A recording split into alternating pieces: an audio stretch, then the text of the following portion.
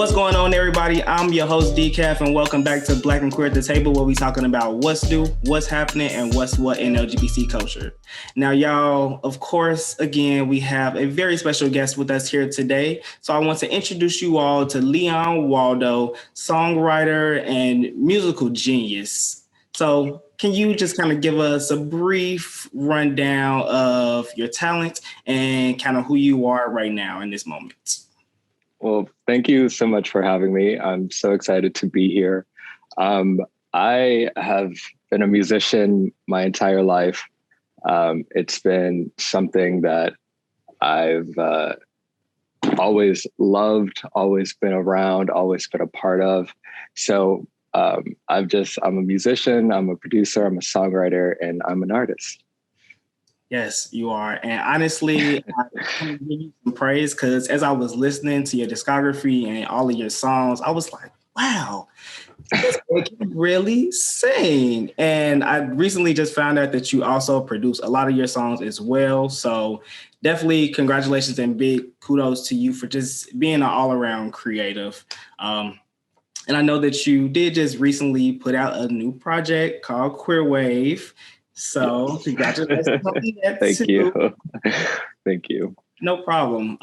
So just kind of with that, are there any like kind of big moments in creating the album that you want to highlight right now? So I'm just really just kind of thinking of some different like moments of like your creative journey with songwriting, with maybe finding the right track that you want to kind of fit the mood and everything. I know it's very different than a lot of your other projects that I'm going to touch on a little bit later, but just kind of want to just give you the moment to kind of relish in, you know, your celebration right now.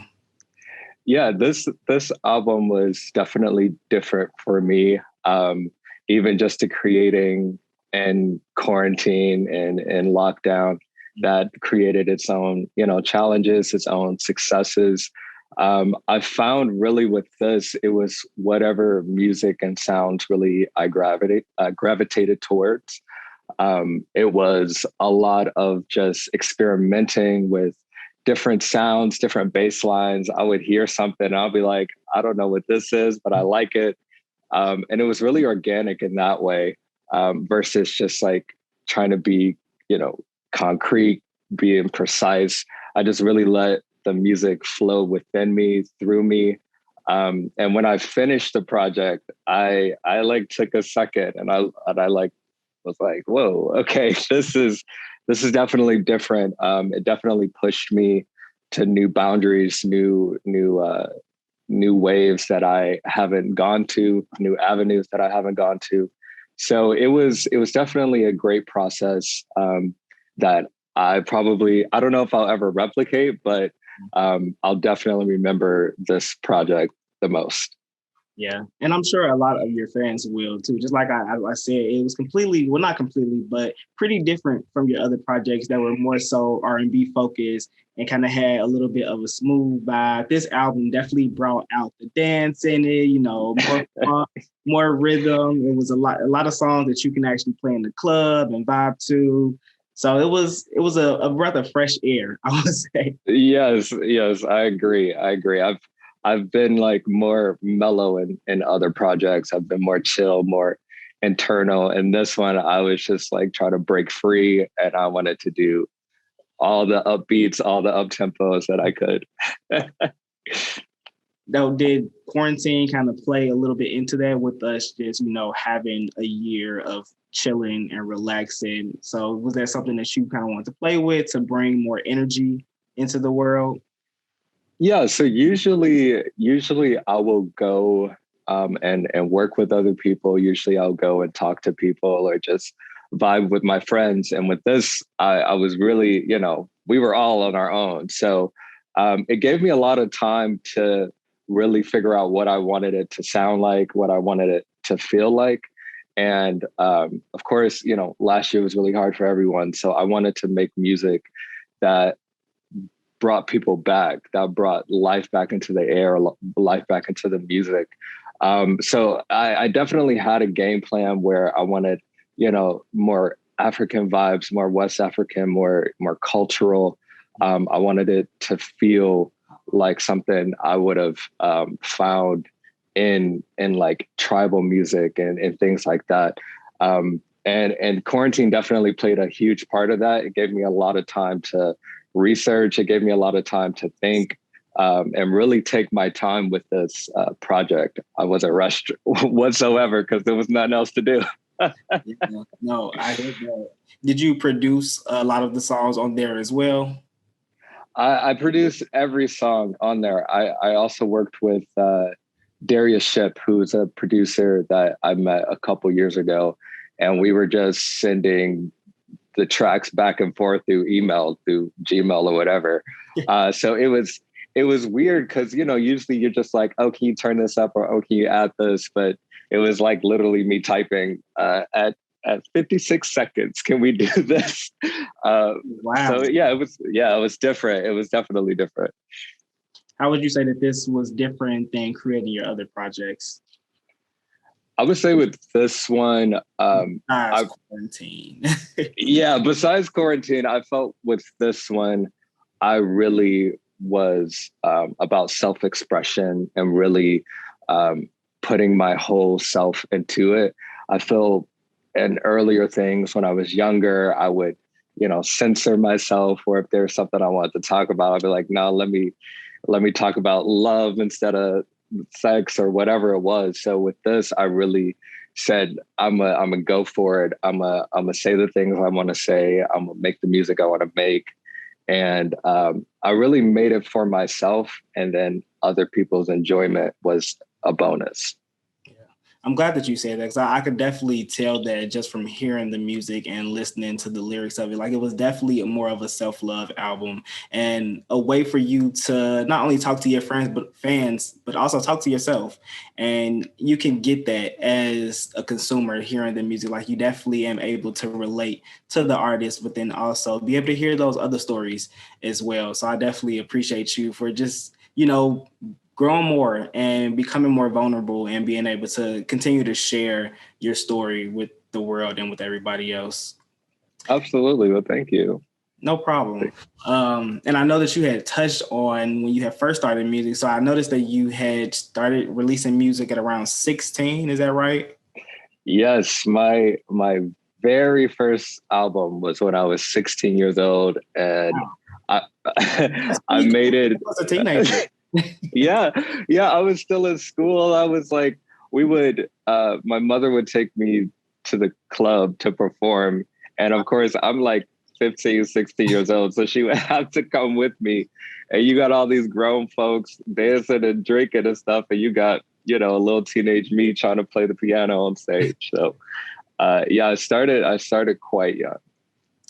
How did that kind of contribute to, I guess, you making music now, but also to you being vulnerable in public spaces? And because singing is something that is very near and dear to a lot of people's hearts, and it takes a lot of courage to be able to do that in large crowds. So I'm just wondering, as a 15-year-old, 16-year-old, how did you be able to kind of navigate those spaces and use it to become the artist that you are today? Yeah, I think for me, I had to almost create a persona for that, a person for that stage. And eventually that mended into who I actually was. But when I was just starting out, I was so fresh. I was so new and green. And so I, you know, did what anybody would do. I would smile all the time and just say yes to everything. And I was just very excited. And that, it was just good to experience life in that way. I feel like when I got older, I got a little smarter and a little wiser. And, you know, I wasn't so quick to take everybody's word for it. But, you know, growing up in music was, it gave me an outlet. It gave me a sense of purpose. It gave me a reason to feel like I belonged to something. And that kind of carries through still to this day. But yeah, when I was young, I was just so excited to perform. I was so excited to do this craft that nothing else really mattered. Have you always been a singer and a performer? So I know a lot of, especially Black artists, grew up in the church environment where you were allowed to sing your hearts out and have that performance every week. So was that also a similar experience for you as well? Yes, yes, like Wednesday nights we would have choir rehearsal, and I swear that was like my favorite time of the week, when we would go for 2 hours and just I would love to just watch the choir. Then eventually I became a part of it and was leading it. So for me, church was really my start. And I was actually just with my grandmother not too long ago, and she pulled out the baby pictures. And there's this picture of me when I'm like 3 feet tall, and my mother's like leading me to the piano to watch our music leader, play. And I feel like it was just ingrained in me from a very early age, and church had a lot to do with that. I don't know if I really like the sermons on Sundays. That wasn't my part. But when they, told the choir to rise, I was there. That was me. The songs. We usually go for songs. We go for the songs. That's pretty cool, though. And it sounds like your mom has been a huge factor in your upbringing and in your success as an artist. Has she always just kind of, known that you were going to be as great as you are and kind of saw that talent in you and pushed you towards it? Or was it just something that you gravitated towards on your own? She definitely was a driving force. She knew it. And even when times where I'd be like, I just want to be a kid playing on the playground, I would be in my room, like on the piano in the corner at 8, 9 years old. So she saw it in me. She always pushed me to do it, and I really wouldn't be here without her support. That's beautiful. I'm glad that you have that support and just somebody to constantly reaffirm what you're doing and encourage you to keep going. That's good. Absolutely. Yeah. And I noticed that you all also have a company together, you and your mom. Do you want to speak a little bit more on that? Yeah. So Waldo Warehouse is a production company that I release all my records through. And any other projects, like I did a Chords of Love concert, live stream concert last year. And that was through Waldo Warehouse. So it all kind of goes through that production company, any kind of business or things that I do. We started it back when I was 15. It was actually with my first record because, I wanted to get all these radio shows. She wanted to get me on radio play, but they wouldn't accept you if you didn't have a record deal. So we was like, well, if nobody picking us up, we gonna do it ourselves. And from there, we just come on, like we created it. So from there, we just kept it going. I've kept it alive all of these years. 10 years later, that's long. It's been a challenge, but it's been so rewarding to have something that you built from the ground up, and to see where I'm at now and to see what we're doing. It's great. Right. And how old were you when you all created that? I was 15. And it's so crazy. We were signing contracts to each other. I had a record deal with myself, and it's how I started. It's how I got into it. That's good. Well, it's been working out for you ever since. So I'm glad to see that, taking that leap of faith, trying it out. Sometimes you never know how far it'll take you. Absolutely. I like to tell, younger musicians and younger talented people that if nobody's, knocking on your door, then open it for yourself. Yeah, that's very true. Look, somebody got to speak up for you. Well, just kind of looking at your music history, I want to play a little game just to kind of see how you would rank your own music. Okay. All right. Let's see. There be sometimes I'll be listening to a song and I'm like, oh, wait, this is mine. So we'll see how I do on this. Okay. So I'm not going to play the songs. I'm going to just give you the titles of it. But I want to see. So these are songs that as I was listening, I would give it a 10. So I want to know what you would rank it if you were just listening to the song. And if it's not a 10, I want to hear a song that you think is a 10 that'll be on that project. Ooh, okay. All right. All right, let's try this. All right. So for the first album, Pariah, we got two songs for you. So the first one is NR4L, Not Ready for Love. Beautiful song, beautiful song. You all, if you're listening, if you're watching right now, if you have not heard the song, please go listen to it. I'll probably plug it, but just go listen to it. Thank you. I appreciate it. That's probably a 7.5. Okay. Give it a 7.5. Yeah, okay, I got one more. Okay. Saints and Stoners. Ooh, okay. That one's giving me like a good 9 vibe. Oh, okay. Listen, I'm so critical. But that I think for me the 10 is Running to You on that project. Okay. That's the 10 for me. Now but to make sure it's a 10 across the board. Yes. Okay. Yeah. Interesting. Okay, next album, Lunar Confessions. Is that how you pronounce it? Lunar Confessions? Lunar Confessions, I'm sorry. Okay, Lunar Confessions, first song, Awake. I know there were no lyrics in Awake. It was just beautiful, just sound, just that I was. So what would you rate that one? That album, I would give that a strong 8. Okay. There was actually, interestingly enough, I was going to do a an interlude. I was going to talk over it, but then I was like, you know what? No, mute that part. Let me just hear these chords. Let me just hear these harmonies. When I say that was probably one of the best introductions of an album that I've heard, I was just like, wow, I can't believe I'm hearing this. And I was waiting for a little bit more. Then it went to the next songs. I cut it. Thank you. It was good though. I liked it. Okay. So next song on that album is Gone. That one is, that was my mother's favorite off that record. Really? Yes. That's a good 10. I'll give that one a 10. Come on, 10s across the board. That's a 10. I don't know what it is about that. I was actually listening to a lot of Mariah Carey around that time. I could tell. And yeah, she influenced that song a lot. So I love that song. I love that one. We love our girl Mariah. We stand. We stand. So besides that song, would you give another song a 10 on the project? My favorite song on that album is Dark Side of the Moon.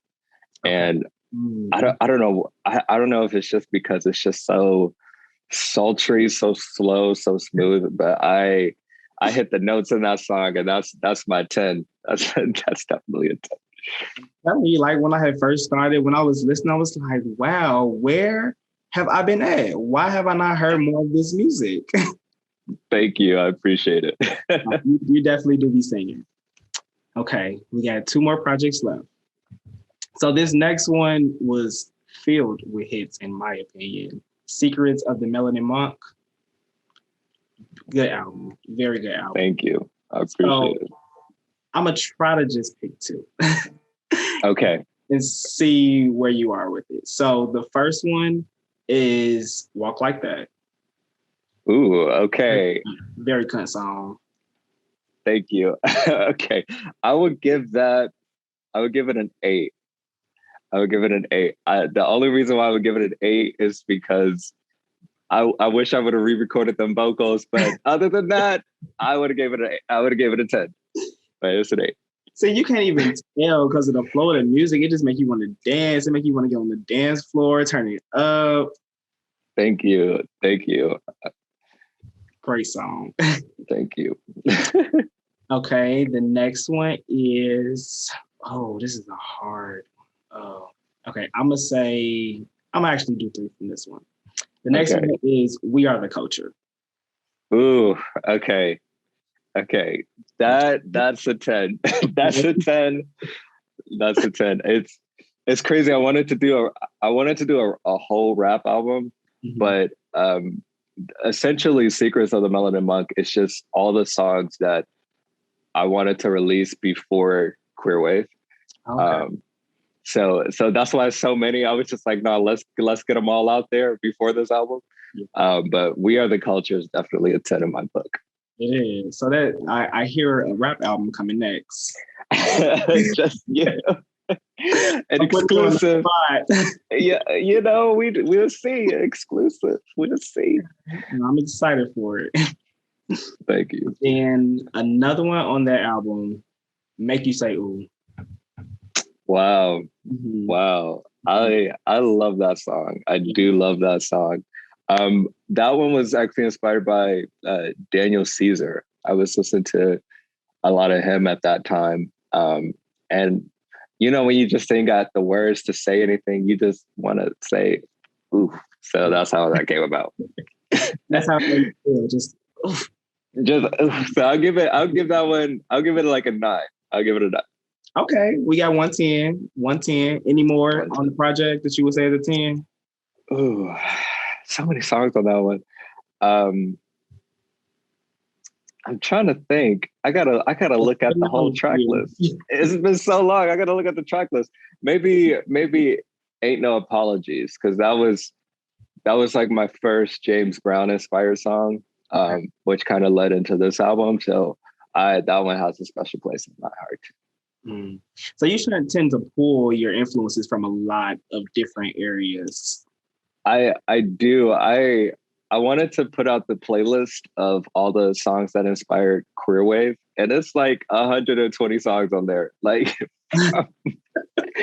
from like, you get jazz from like 1930 to like, tofu, last year. So I do pull from a lot of places.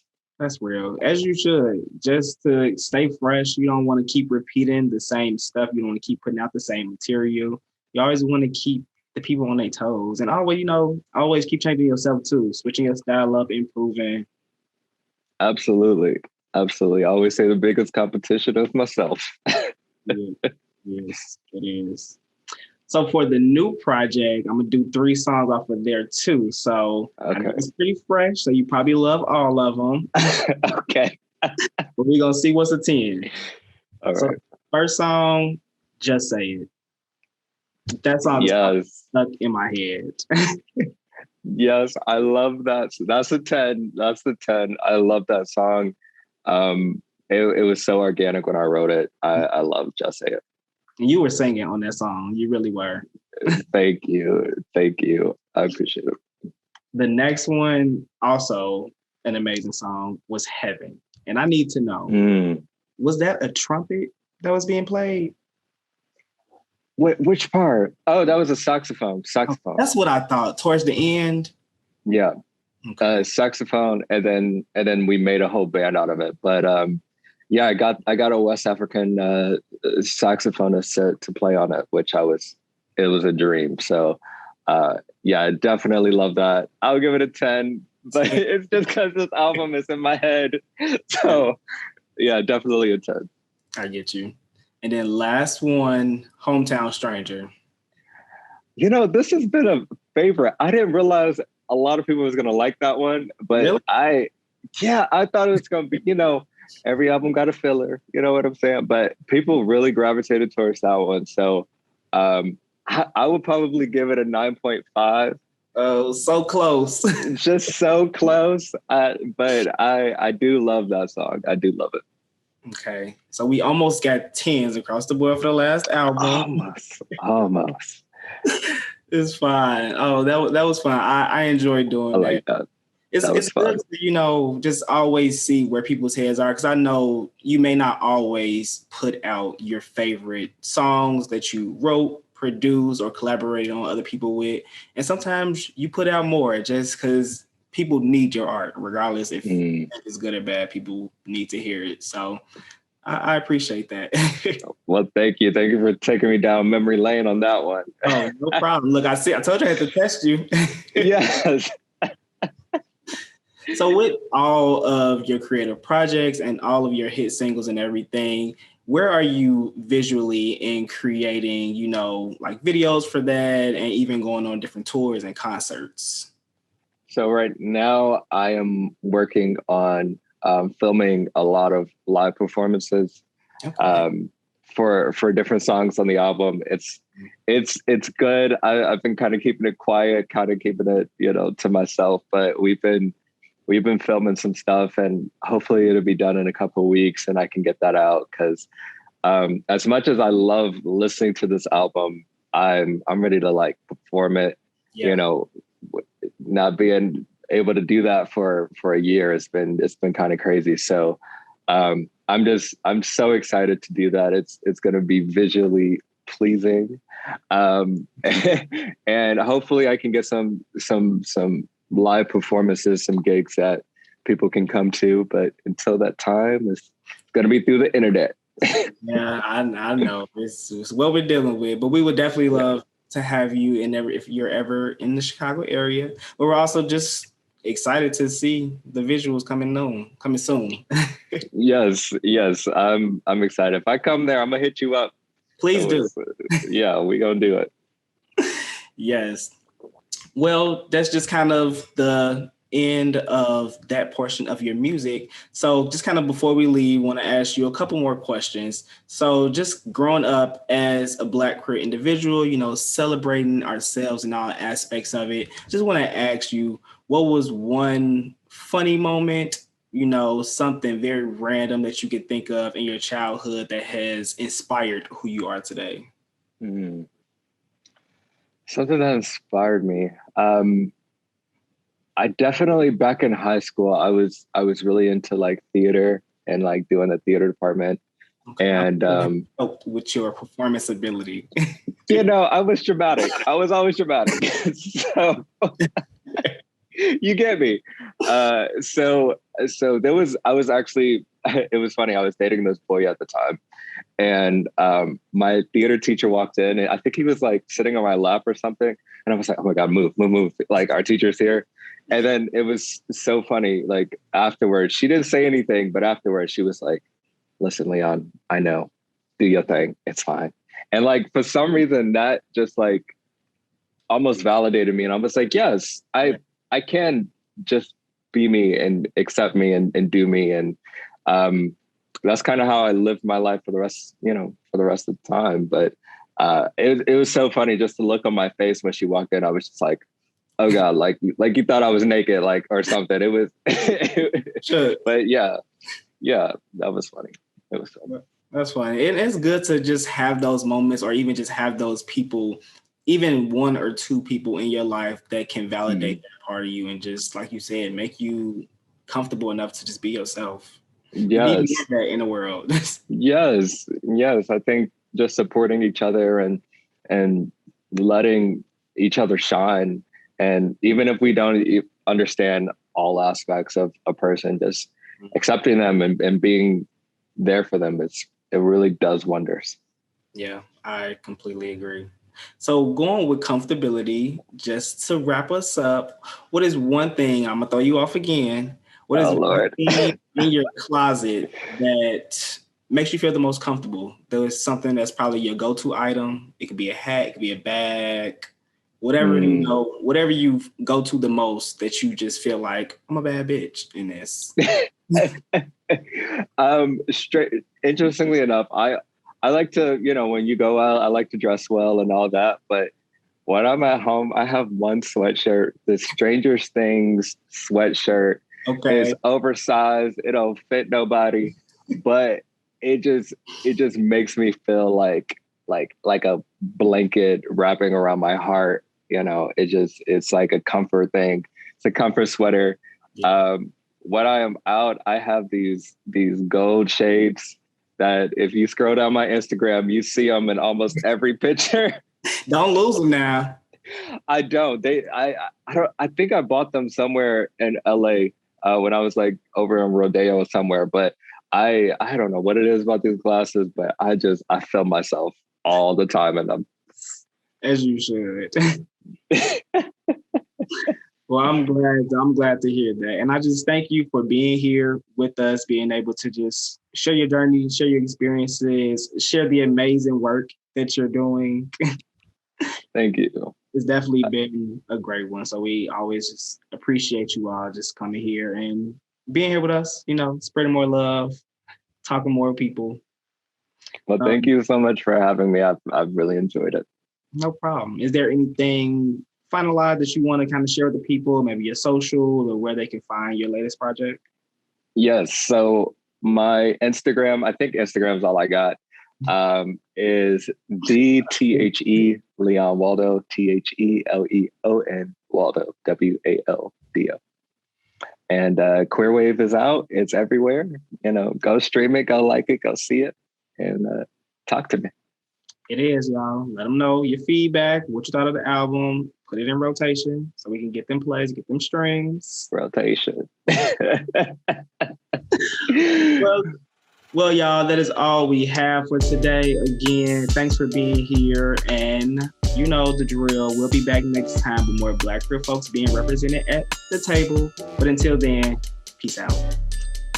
Bye.